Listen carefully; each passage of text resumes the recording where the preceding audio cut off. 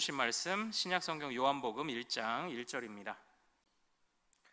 자, 우리 한 목소리로 같이 읽겠습니다.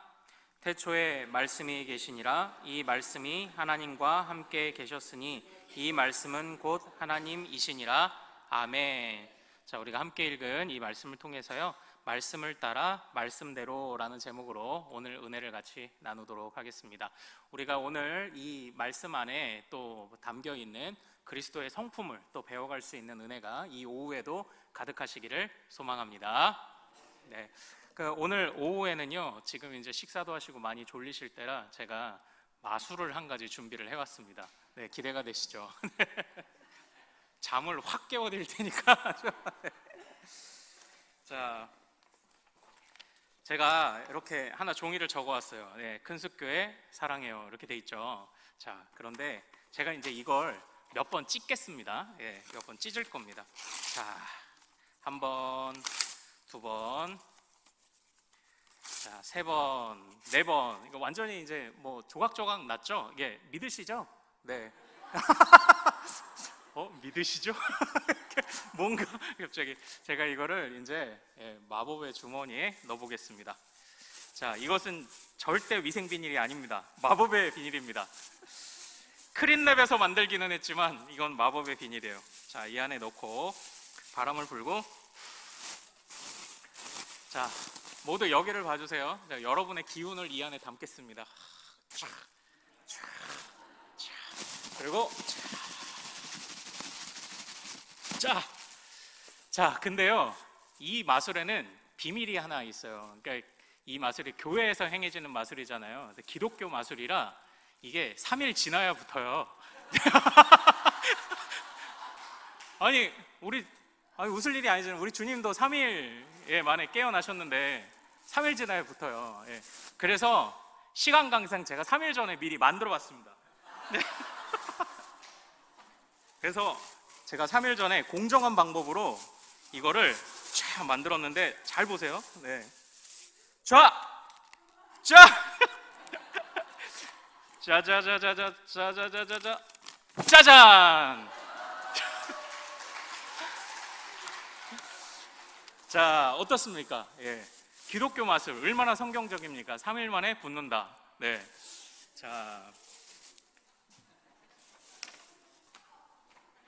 자, 여러분들, 제가 지금 한 마술을 믿으시겠습니까? 못 믿으시겠습니까?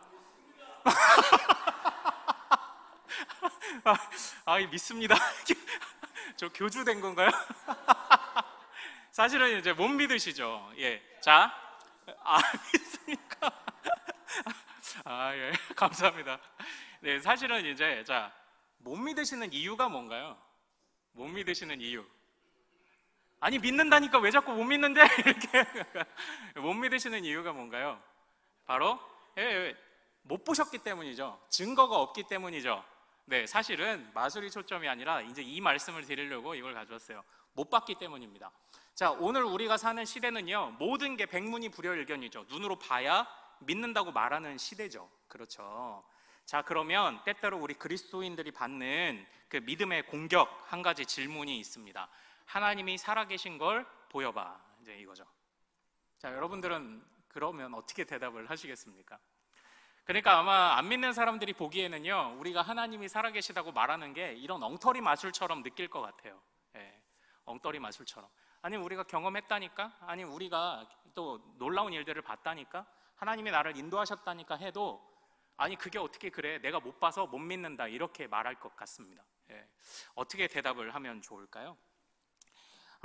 제가 지난 설교 때, 수요일 설교 때 그런 이야기 했던 걸 혹시 기억하십니까? 고대 왕들은 자기가 왕이 되는 순간 자기 얼굴이 새겨진 동전을 만들어요. 그래서 그 동전을 유통시킵니다.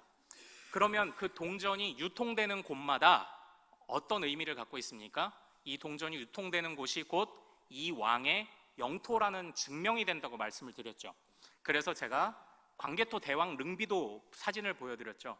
자신의 영토의 경계에 자신의 이름이 새겨진 대왕 릉비 비석을 세우던지, 자신의 얼굴이 새겨진 동전을 유통시키면서 그 동전이 영향을 끼치는 곳까지가 나의 영토다라는 것을 증명하는 바로 이런 것을 말씀을 드렸습니다. 오늘날 우리는 보통 하나님의 살아계신 증거를 보여라 그러면 자꾸 무슨 기적을 보이려고 그래요. 자꾸 무슨 기적을 보이려고 합니다. 그런데 저는 그것을 다 외면하는 게 아니고요, 그것만이 전부가 아니다라는 거예요. 하나님이 살아계시다는 증거는요, 고대 왕들이 자기의 얼굴이 새겨진 동전을 통해, 자기의 얼굴과 이름이 새겨진 어떤 물건을 통해 자기의 영향력을 증명했듯이, 하나님은 하나님의 형상으로 지으신 하나님의 백성들을 통해 자신의 살아계심을 드러내시는 거예요. 그 중에서 특별히 우리를 통하여 놀라운 일이 일어나는 것 또한 하나님의 살아계신 증거일 수도 있지만, 정확하게 좀 더 성경이 말하는 균형 잡힌 시각을 말씀드리면 하나님의 백성들의 변화된 삶, 그게 하나님의 살아계신 증거인 줄로 믿습니다. 그게 하나님의 증거예요. 자, 그렇다면 우리가 항상 도전을 받는 거 있죠.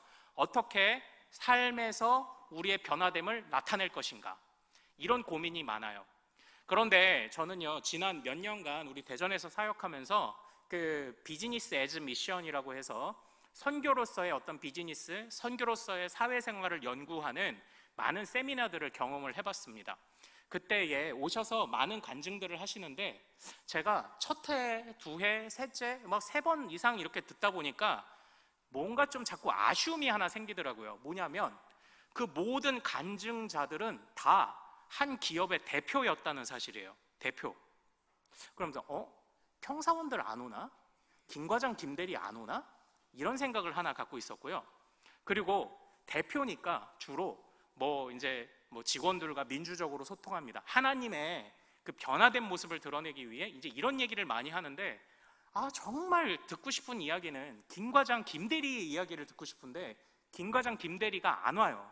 간증자가 없다는 것에서 하나, 그리고 또 같은 성도들과 이런 주제로 이런저런 토의들을 할 때 보면은 대부분 직장에서 우리가 어떻게 그리스도인답게 살 것이냐, 대부분 점심시간을 쪼개 신우회를 가서 기도회를 참석하고 그리고 때때로 전도한다, 이제 이런 이야기들을 하시더라고요.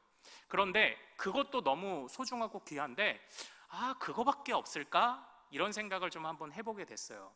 그렇다면 우리는 실제 직장에서, 가정에서 우리가 변화되었다는 증거를 어떻게 보낼까, 어떻게 보일 수 있을까를 고민하던 차에 제가 생각을 하나 했던 것이 바로 이 말입니다. 말. 거듭난 입술이죠. 우리가 일반적으로 대표가 할 수 있는 일이 있고, 일반적인 평사원들이 동료나 후배, 선배에게 할 수 있는 일이 있잖아요. 가정에서도 적용되고 직장에서도 적용되고 학교에서도 적용될 수 있는 변화된 삶의 중요한 증거 중에 하나가 뭘까? 그게 말이더라고요. 말. 왜냐하면 우리는 어디를 가도 다 말을 쓰잖아요. 그러니까 이 거듭난 입술, 변화된 말이라는 것이 참 보편적으로 우리 성도들의 모든 삶, 대표의 삶이든 직원의 삶이든 학교이든 직장이든 가정이든 어디서든 보편적으로 쓰일 수 있겠다, 이제 그런 생각에 착안을 해서 제가 이제 이 말이라는 것을 중심으로 책들을 찾아서 같이 소그룹으로 책을 나눔을 해보고 이제 이랬던 경험이 있는데, 굉장히 우리에게 도움이 많이 되고 또 은혜가 됐던 또 그런 기억이 있어요. 그래서 제가 앞으로 그 몇 주 동안은 바로 이 말이라는 것에 관해서, 우리의 언어 생활이라는 것에 관해서 좀 말씀을 전해야 될 필요가 있겠다. 그리고 여기서 깨달으신 것들을요, 실제로 이제 나가셔서 더 고민하시는 중에 써먹으셔야 됩니다. 우리가 다 머리로 알잖아요. 우리가 실제 삶에서 그리스도인의 모습이 드러나야 된다. 실제로 하나님의 사람답게 살아야 된다. 어떻게 사는 게 하나님의 사람답게 사는 거죠? 그 중에 하나의 좋은 예가 바로 이 말이 될 수 있겠다. 바로 이런 생각을 했던 겁니다. 제가 이렇게 그 말이라고 했던 것을 착안한 이유는요, 성경에도 말에 관해서 참 중요하게 언급하는 부분들이 많기 때문이에요. 우선은요, 말이라는 건 참 재밌습니다. 이 말 한마디에 사람이 웃기도 하고 울기도 하고요, 위로를 받기도 하고 상처를 받기도 해요. 이 말이라는 것은 굉장히 재밌습니다. 그래서 어떤 분은 그런 얘기를 하시더라고요. 그 한국에서 아내가 울면 남편들이 보통 이런대요. 에이, 울지 마! 왜 질질 짜고 있어? 이렇게 타박을 한대요. 이탈리아 남편들은 어떻게 하는 줄 아십니까? 오 달링, 당신 눈에서 흐르는 수정구슬을 더 이상 낭비하지 마세요. 이렇게 말한대요. 이렇게 말을 한대요. 당신 눈에서 흐르는 수정구슬을 더 이상 낭비하지 마세요. 이렇게 한대요. 이탈리아 남자들은 낭만적이어서. 이 말이라는 게 참 재밌는 거죠. 그러니까. 그런데요, 자, 성경이 이 말에 대해서 어떻게 말하는지 한번 좀 봅시다. 우선은 오늘 본문 말고 성경 속에서 한번 최초로 사람이 말이라는 걸 했었던 때가 언제일까요? 언제일까요? 바로 아담과 하와 때죠. 그때 아담이 제가 수차례 말씀드렸던 하와에게 주었던 아름다운 사랑의 시 뭐였습니까? 너는 내 뼈 중에 뼈요, 살 중에 살이다. 예, 인류 최초로 나눴던 단어와 대화가 이건 아니겠지만, 그쵸. 그러니까 대화의 전부가 이건 아니지만 아담이 하와를 보자마자 했던 표현이요, 말이었습니다. 말로 그 하와를 나의 사랑이라고 표현한 것이 인간이 서로 만났을 때 했던 최초의 말이죠. 그리고요, 또한 민수기에서는요, 하나님이 내 귀에 들린 대로, 네가 말을 하면 내 귀에 들린 대로 내가 갚을 거다라는 이런 말씀을 하시기도 했어요.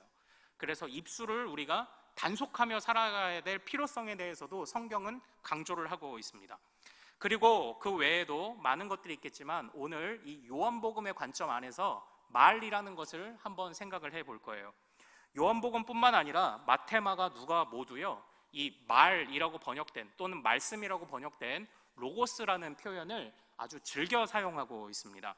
마태복음에서는 33번 등장하고요, 마가복음에서는 24번, 누가복음에서는 32번 등장하는데요, 제가 그 중에서도 특히 요한복음 본문을 꼽은 이유는 요한복음 안에서 40번이 등장을 하거든요. 그래서 요한복음이 이 말씀, 말 또는 로고스라는 것에 관해서 강조를 하고 있구나라는 것을 착안해서 제가 요한복음을 전체적으로 한번 훑어보기 시작을 했어요. 자, 요한복음에 있어서요, 지금 먼저 오늘은 이 1장 1절 본문을 제가 읽었지만, 그런데 제가 오늘은 이 말에 관한 설교 시리즈의 어떤 개요적인 측면에서 요한복음을 조금 훑어보겠습니다. 자, 요한복음에서요, 이 말씀 또는 말이라는 것은 얼마나 중요하게 사용되냐면요, 우리 5장 24절로 한번 가볼까요? 5장 24절로 가겠습니다. 자, 5장 24절에서 우리 예수님께서 이런 말씀을 하셨습니다. 자, 5장 24절 읽습니다. 시작. 내가 진실로 진실로 너희에게 이르노니 내 말을 듣고 또 나 보내신 이를 믿는 자는 영생을 얻었고 심판에 이르지 아니하나니 사망에서 생명으로 옮겼느니라. 아멘. 요한복음에서 이 말을 강조하는 이유 중에 하나는요, 바로 1장 1절에서 우리가 봤던 것처럼 예수님을 뭐라고 묘사합니까? 말씀이라고 묘사하죠. 그래서 요한복음도요, 예수님이 말씀하시는 모든 곳에서 말씀을 들었더라라는 표현은 우리가 읽은 이 5장의 말씀처럼 곧 믿음을 가졌다, 믿기 시작했다라는 표현과 거의 동의어로 쓰여요. 예수님의 말씀이 선포됐다, 예수님의 말씀을 들었다라는 것은 그가 믿었다라는 말과 동의어로 쓰입니다. 그래서 이 요한복음은 특히 말씀, 말이라는 것과 예수님이 선포하신 말씀이죠, 그것과 믿음이라는 것을 굉장히 연결시켜주고 있어요. 여기서 우리가 하나 착안할 수 있는 게 있죠. 바로 믿음은 무엇을 통해서 전달이 됩니까? 우리 믿음은 들음을 통해서 난다고 그러죠. 그럼 듣는다는 행위는 무엇이 선행되어야 우리가 듣습니까? 누군가가 말을 해야 듣는 거죠. 예, 이게 요한복음이 강조하고 있는 중요한 부분입니다.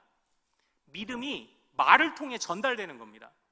그러므로 여기서 아담과 또는 민수기 그리고 요한복음의 요것만을 놓고 보고도 우리의 입술이 얼마나 중요한지를 여기서 알 수 있는 겁니다. 입술을, 하나님이 말을 주신 이유가 무엇인가요? 믿음이 전달되는 통로로서 주신 것이 말입니다. 그런데 우리가 이 말이라는 것을요, 사실 예수님처럼 사용하지 못할 때가 많잖아요. 말을 함부로 남용하죠. 그래서 위로해야 될 말이 상처 주는 말로 다가오죠. 그리고 힘을 얻어야 되는 말이 아니라 오히려 기운 빠지는 말로 다가오고 사용할 때가 우리가 많지 않습니까? 사실 하나님에게 있어서요, 하나님에게 있어서 말이라는 것, 하나님이 성경 안에서 이 세상을 향해 최초의 말씀을 하신 것이 언제였습니까? 그렇죠. 에덴 동산에서 빛이 있으라라고 세상에 선포하신 게 우리를 향한 하나님의 최초의 말이 아니라 우리를 향한 하나님의 첫 말이었죠. 자, 그런데 창조 때에 하나님이 말씀하셨던 것을 보십시오. 말씀할 때마다 이 땅에 혼돈과 공허함이 하나씩 정리가 되고 잠재워져 가며 질서 잡히기 시작을 했어요. 이게 주님의 말입니다. 지금 예수님께서 요한복음에서 특별히 말씀으로 오셨다라는 것은 우리 예수님이 천지를 창조하실 때 역사하신 삼위 하나님이라는 의미뿐만 아니라 지금 타락하고 범죄한 세상 가운데 남아있었던 혼돈과 공허함을 다시 새롭게 창조하시는 메시아로 오셨다는 것을 강조하기 위해 예수님은 말씀 하나님이시다, 이렇게 1장 1절이 표현하고 있는 거예요. 그러니까 애초부터 예수님이 오셔서 하시는 모든 말씀은 곧 하나님의 말씀이고요, 그리고 예수님의 말씀을 듣는 것은 곧 믿음이 전달되는 통로가 되는 것이죠. 여기서부터 우리가 교훈을 봐야 됩니다. 하나님이 인간에게 말을 주신 최초의 목적, 바로 혼돈과 공허함을 잠재우시는 주님을 따라 우리도 그 말로 혼돈과 공허함을 만드는 자가 아니라 그것을 정리하고 깨끗하게 하는 자가 되어야 한다. 그때 이 말을 사용하도록 주님이 우리에게 이 말이라는 걸 주셨다는 거예요. 물론 동물들도 소통을 하죠, 서로. 돌고래는 초음파로 말하는데요, 개는 요즘은 그 유튜브에 보니까 그런 거 있더라고요. 고양이 언어 이런 게 있어가지고 매에 이러면은 고양이가 오라는 뜻이래요. 그래서 어떤 사람이 자기 고양이한테 매에 이러니까 고양이가 좀 와요. 제가 길 가는 고양이한테 그걸 해봤다는 거 아닙니까? 그래가지고 그래서 매에 그랬더니 갑자기 싹 쳐다보는데 이게 오려고 쳐다본 건지 달려들려고 쳐다본 건지 무서워가지고 그냥 빨리 왔는데, 어쨌든 동물들도 언어를 쓴다고 말을 할 수도 있습니다. 그러나 하나님이 사용하시는 정확한 언어라는 것을 주신 건 우리 인간이 유일합니다. 그렇다면 그것만 놓고 봐도 우리는 이 언어를 함부로 써서는 안 되는 거예요. 이 언어는 믿음의 통로이기도 하고요, 하나님이 우리에게 이걸 함부로 주시지 않았거든요. 그런데 우리가 볼 때에 가정에서, 직장에서, 교회에서 우리 이 말 한마디 때문에 상처받는 일이 얼마나 많습니까? 그래서 제가 이 말이 달라지지 않으면 믿음에 변화되었다는 증거가 없다고 봐도 무방하지 않을까? 제가 이렇게까지 생각을 한 거예요. 우리가 가장 많이 사용하는 것이기도 하니까요. 누구나 사용하는 것이기도 하니까요. 입술이 거듭나지 않고 우리가 주님을 따라간다고 말할 수 있을까? 변화됐다고 말할 수가 있을까? 바로 이런 생각을 한번 해보게 됐던 겁니다. 자, 이제 요한복음의 증거를 또 한번 보죠. 우리 4장 39절을 한번 읽어볼까요? 4장 39절로 가겠습니다. 자, 읽겠습니다. 시작. 여자의 말이 내가 행한 모든 것을 그에게 내가 말하였다 증언하므로 그 동네 중에 많은 사마리아인이 예수를 믿는지라. 아멘. 이렇게 되어 있죠. 여기서 말이라고 되어 있는 여기서의 로고스는요, 여기서만큼은 예수님의 말씀이 아니에요. 이것은 바로 예수님이 만났던 그 남편 5에게 버림을 받았고 겨우겨우 그냥 살아가던 그 사마리아 여인의 말을 지칭합니다. 지금 상황이 뭐냐면요, 이 사마리아 여인이 예수님을 만났을 때 이 예수님을 만났다는 사실을 이 사마리아 여인이 가서 증언을 합니다. 그랬더니 그때에 많은 사마리아인들이 예수님을 믿는 거예요. 자, 잘 보십시오. 아까 우리가 읽었던 말씀에서는요, 예수님이 직접 말씀하신 것을 사람들이 듣고 믿음이 나타나죠. 그런데 오늘 이 사마리아 여인의 본문은요, 예수님이 하신 말씀을 사마리아 여인이 한 달이 거쳐서 전달했는데도 믿음이 일어난 거예요. 이 구도를 잘 봐야 됩니다. 예수님이 선언하실 때 믿음이 일어나는 건 우리가 이해하기 쉬워요. 그런데 하나님의 말씀을 들은 자가 그 말씀을 거쳐서 증언한다 하여도 동일한 효과가 지금 나고 있다는 것, 이게 이 요한복음이 주고 있는 말에 있어서 중요한 부분 중에 하나입니다. 그러니까 하나님의 말씀은요, 반드시 우리에게 믿음을 불러 일으키는 줄로 믿습니다. 그런데 그 말씀을 받은 자가 전하여도 효과가 동일하다는 거예요. 여기서부터 제가 앞전부터 말씀드렸던 것이 다시 한번 증명되죠. 하나님이 우리에게 말을 왜 주셨을까? 아니, 하나님이 사람들 직접 다 모세처럼 만나서 떨기나무 불꽃을 다 경험하게 하시면 될 텐데 왜 굳이 피조물인 우리에게, 그것도 사람에게만 말을 주셨을까? 하나님이 우리를 통하여서 우리를 거쳐가는 말이라 할지라도 그 말을 통해 하나님이 믿음을 불러일으키게 하시려는 뜻이 있었구나, 이것을 우리가 볼 수 있다는 거죠. 그러므로 이 말씀을, 이 말이라는 것, 이것을 우리가 얼마나 참 소중하게 여기고 얼마나 조심히 해야 되는지 우리가 이 말씀에서 볼 수 있지 않습니까? 우리 요한복음 1장 1절로 다시 가겠습니다. 자, 요한복음 1장 1절이요. 자, 같이 읽겠습니다. 시작. 태초에 말씀이 계시니라. 이 말씀이 하나님과 함께 계셨으니 이 말씀은 곧 하나님이시니라. 아멘. 이렇게 되어 있죠. 자, 결국 예수님께서 삼위 하나님이시기도 하지만 말씀 하나님이시고 창조하신 바로 그분이시고 새롭게 창조하실 그분이시고 예수님이 하신 모든 말씀은 다 그 입에서 믿음을 불러일으키는 아주 생명의 말씀이 나오고, 이 구도를 지금 이 1장 1절이 말을 하고 있잖아요. 그러니까 이렇게도 볼 수 있죠. 예수님이 하시는 모든 말씀은 곧 다 성부의 말이죠. 그래서 요한복음에서요, 나는 뭐뭐다, 나는 생명의 떡이다, 또 나는 뭐다, 나는 길이요 진리요 생명이다, 나는 양의 문이다, 주님께서 자신과 아버지를 동일하게 여기셨던 이유 중에 하나는요, 바로 아버지의 뜻과 예수님의 뜻이 같았기 때문이에요. 아버지께서 성부가 하시는 말씀과 예수님의 말씀이 같았기 때문이죠. 그러므로 그때 예수님이 하신 모든 말씀이 또한 역사가 나타난 거죠.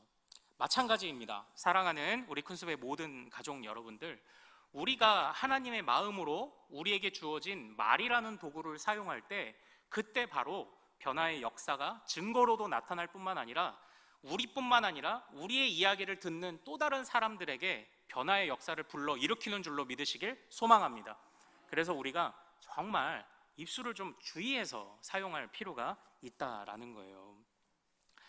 그래서요, 예수님께서는요, 심지어는요, 어떻게 그 십자가에 달리시기 전에 요한복음에서 기도를 하셨냐면요, 이런 기도도 하셨습니다. 내가 비옵는 것은 이 사람들만 위함이 아니오 그들의 말을 말미암아 나를 믿는 사람도 위함이니. 그러니까 주님이 전도하시는 것을 통해서 직접 믿게 된 사람뿐만 아니라 주님이 전도한 사람을 거쳐서 또 믿게 되는 사람도 동일하게 보시는 겁니다. 그러니까 지금 주님에게 있어서 우리가 사용하는 말이라는 것은 온전히 사용되기만 하면 여기에서 빛이 나가는 거예요. 여기에서 주님이 나가는 거예요. 주님이 역사하는 겁니다. 지금 요한복음 안에 그것이 이제 가득 채우고 있어요.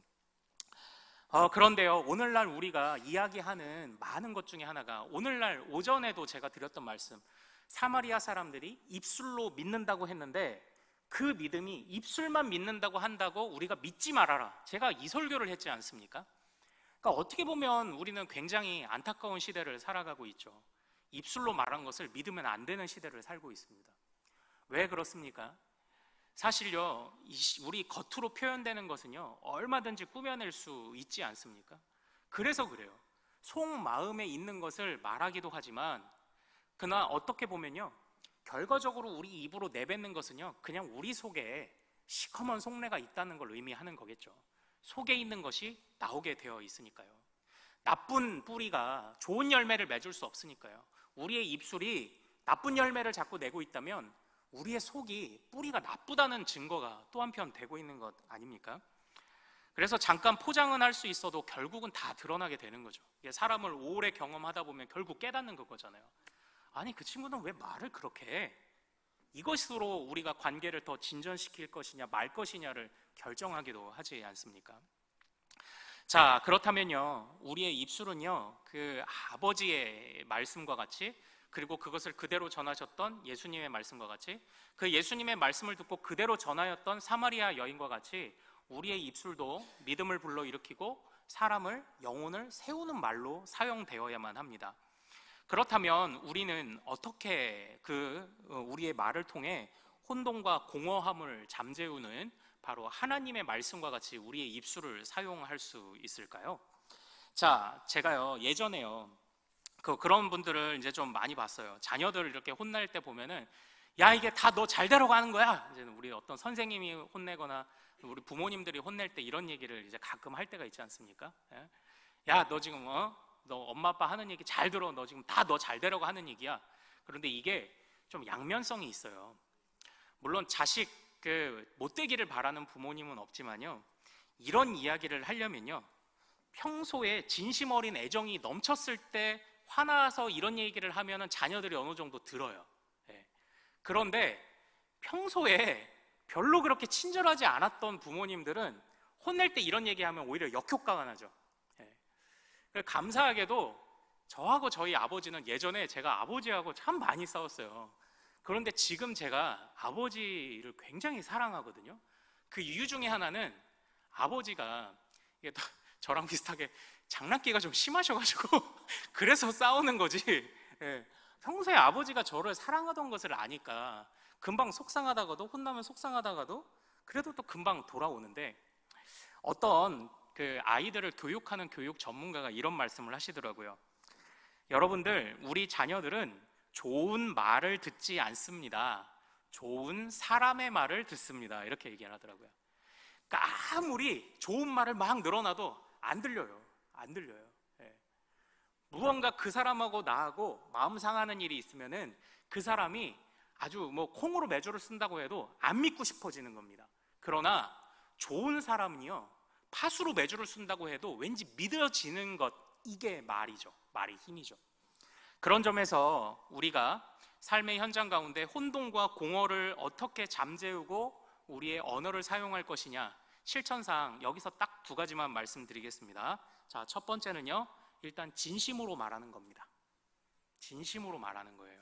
진심으로. 예. 이 진심이라는 말을 잘 들으십시오. 아니, 나는 내 자식한테 다 너 위해서 하는 거야, 이것도 내 진심인데, 그게 아니라 마음속에 사랑함이 있으면 겉으로도 사랑함으로 나타나게 해주세요. 우리 자녀들이 막 혼내면서 너 잘 되려고 하는 거야, 이게 진짜 잘 되려고 하는 마음이라면 그 아이를 잘 타일러 주십시오. 마음속에 사랑이 있으면 그냥 사랑이 나와야 돼요. 그런데 마음속에 사랑이 있는데 왜 자꾸 화를 내나요? 여기서 또 실천사항 하나, 예, 화내지 않기, 소리 지르지 않기, 요즘 애들 말로 급발진하지 않기. 예. 갑자기 급발진하지 않기, 버럭하지 않기. 예. 버럭하지 않기. 이것만 지키려고 우리가 생각을 해도요, 우리의 입술이 많이 달라질 겁니다. 상대방이 걱정된다면 정말 걱정하는 마음을 표시하세요. 상대방을 사랑한다면 정말 사랑하는 마음을 표시하십시오. 상대방을 격려하고 싶거나 또는 상대방을 때로 가르쳐주고 싶다면 정말 그 대신 정색하지 말고 정말 그 사람을 아끼는 최대한의 우리의 모든 수단과 방법을 동원해서 그렇게 한번 우리가 말을 사용해 보자라는 거죠. 왜냐하면 우리 예수님의 입술에서 나오는 모든 말씀이 다 진심이었거든요. 또 예수님은 항상 그 희로애락을 제때에 사용하셨거든요. 화가 필요할 땐 화를 사용하시기도 했습니다. 그러나 온유가 필요한 때에 절대 화를 사용하시지 않았어요. 온유가 필요할 땐 끝까지 온유함으로 말씀하시고, 또한 그 장사치들을 쫓아내실 때처럼 화가 필요할 땐 정확하게 화를 사용하시는 거죠. 화를 사용하지 않아야 될 때 자꾸 화를 사용하고 우리의 속마음을 자꾸 엇박자로 표현하니까 문제가 되는 것 아니겠습니까? 자, 이제 오늘 말씀을 마무리하도록 하겠습니다. 사랑하는 우리 큰수의 모든 가족 여러분들이 아무쪼록 우리 주님의 말씀처럼 또는 그 말씀을 전하였던 사마리아 여인의 입술처럼 거듭난 입술로 살아가시기를 소망합니다. 우리의 마음속에 있는 것이 거짓 없이 입술로 온유하게 표현되기를 원하고요, 그것이 화나 분노나 버럭하는 방법으로 표현되지 않기를 원해요. 그래서 우리가 사용할 때에, 그래서 제가 오늘 설교의 제목을 말씀을 따라 말씀대로죠. 말씀을 따라 할 때 앞에 말씀은 예수님이에요. 예수님을 따라 예수님의 말씀대로, 그것이 우리 입술의 열매가 되기를 소망합니다. 그래서 어떻게 하면 내가 입술로 혼돈과 공허함을 잠재울 수 있을까? 그것을 위해 우리가 함께 기도하고 하나님께 지혜를 구하고, 또 우리가 철이 날카롭게 하듯이 서로의 언어 생활들을 조심스럽게 점검해 줄 수 있는 그런 또 나눔들이 우리 교회 안에 있기를 소망합니다. 그때에 하나님이 주셨던 그 언어의 목적 그대로 우리를 통해 빛이 나가고 그 빛을 받은 자들이 믿음으로 주님께 헌신하는 놀라운 역사가 우리 입술에서부터 시작될 줄로 믿습니다. 우리 같이 한번 기도하겠습니다. 우리 같이 한번 기도하기를 원하는 것은요, 하나님, 우리에게 거듭난 삶을 살아가도록 허락하옵소서. 그러나 무엇보다 우리 입술을 주장하여 주옵소서. 예수님이 하시는 모든 말씀이 하나님의 성부의 말씀이셨던 것처럼 우리도 성부의 말을 하게 하시고, 우리도 성자 예수님의 말을 하게 하시고, 우리도 성령의 말을 하게 하시고, 우리도 혼돈과 공허함을 잠재우는 말을 하게 하시고, 사람을 살리는 말, 영혼을 살리는 말을 하게 하옵소서. 교회와 가정과 그리고 직장 어디서든지 아버지 하나님, 우리가 말로써 천냥빛을 갖고 말로써 사람을 세우는 그런 언어 생활을 하게 하옵소서. 우리 주여 이름 크게 한번 부르고 같이 기도하겠습니다. 주여!